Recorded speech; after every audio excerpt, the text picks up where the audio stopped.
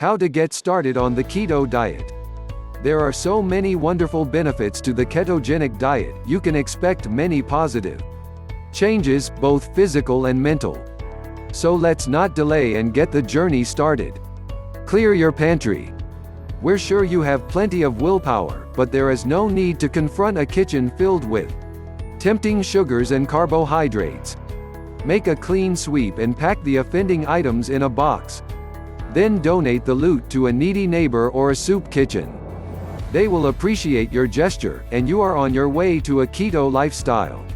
If you have family, try to get them involved. If they refuse to refrain from eating carbs and sugar, at least insist they do so away from home. It's a fair request. Weigh yourself. The keto diet does not require you to live by the tyranny of the scale. As a matter of fact, as you build up healthy muscles, you might notice a slight initial gain. That's great, so don't worry. You should, however, have an idea of what your starting point is. If you opted for the keto diet solely to lose weight, you'll be able to track your progress. But don't become a slave to the scale. The occasional weigh-in, perhaps once a week, is enough. What about your favorite meals? Perhaps the very thought of giving up your favorite foods has prevented you from getting started on the keto way of life. Relax. The truth is, for every dish that you love and can't live without, yes, that includes cheesecake and mashed potatoes, you can easily find a low-carb substitute that is just as tasty.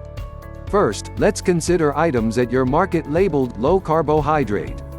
Labels are frustratingly deceiving, and you'd have to be a nutritional expert to understand them. All too frequently, off-the-shelf low-carb products have simply substituted sugar for carbs, so don't fall for that bit of deceit. You need to learn to read labels with the diligence that you'd read your wealthy uncles. But your best bet is to stay away from these products and simply find healthier substitutes. The same goes for anything labeled low-fat, which inevitably means added sugars. Craving a taco? Use a lettuce wrap instead of a taco shell. Do you want rice or mashed potatoes? Grate or rice a cauliflower, and you won't be able to tell the difference. Can't give up your favorite pasta dish? Turn a zucchini into zoodles by slicing it or using a spiral cutter and enjoy your pasta. You absolutely have to have your favorite dessert? On the keto diet, you can just bake with almond flour and use unsweetened applesauce and/or avocado to create some sweet smoothness.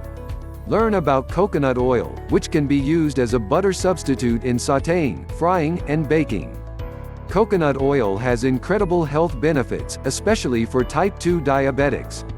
On the keto diet, you'll be able to enjoy all your favorite meals, only better. Always stay hydrated. The keto diet tends to lower your insulin level, so your kidneys may be excreting more liquid than usual. Be sure to drink plenty of water. Condiments can be the enemy. Don't assume condiments don't count on a diet. On the keto diet, they most certainly do. Ketchup is filled with sugar. Not all salad dressings are equal. Read the label, and never opt for the fat-free version. They have merely substituted sugar for fat. Ordering salads when eating out is one of your best options, but beware of the dressing that the restaurant serves. Either ask about the ingredients, or better, bring your own salad dressing. Don't hesitate to do that, even in a posh eatery where the maitre d' might become spastic at the sight of you pulling salad dressing out of your bag. Explain to the server without apologies that you have special dietary needs and will be using your own, thank you very much. No further explanation is required. Keep track of your ketone level. It's especially important to remain aware of how your body is responding to the keto diet at the start of the diet. You can do so by doing a simple urine test. You can also purchase a blood ketone meter test early in the morning, before exercise has had the opportunity to fluctuate your ketone level. Friends and family can be annoying, bless their hearts. Those nearest and dearest to you may not always understand what you are doing when eating. As a group, they may put subtle pressure on you to just try a bite, or one slice of cake won't kill you. Or worse, but I cooked it especially for you. It will take resolve to stick to your diet. It may help to fill up on keto-friendly snacks before you sit down and eat.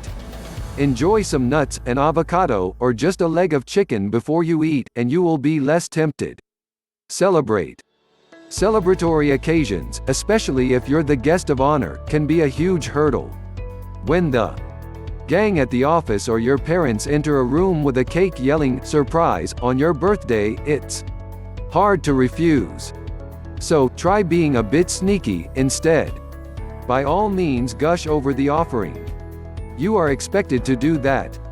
You can even help cut slices. Then, discover a sudden and irresistible urge for coffee, which you verbalize loudly and clearly. Gently remove yourself from the center of activity to get coffee for yourself and anyone else. By the time anyone notices, hopefully they've missed the fact that you haven't eaten anything. Thank you for watching. Please don't forget to leave your comments and subscribe for more videos.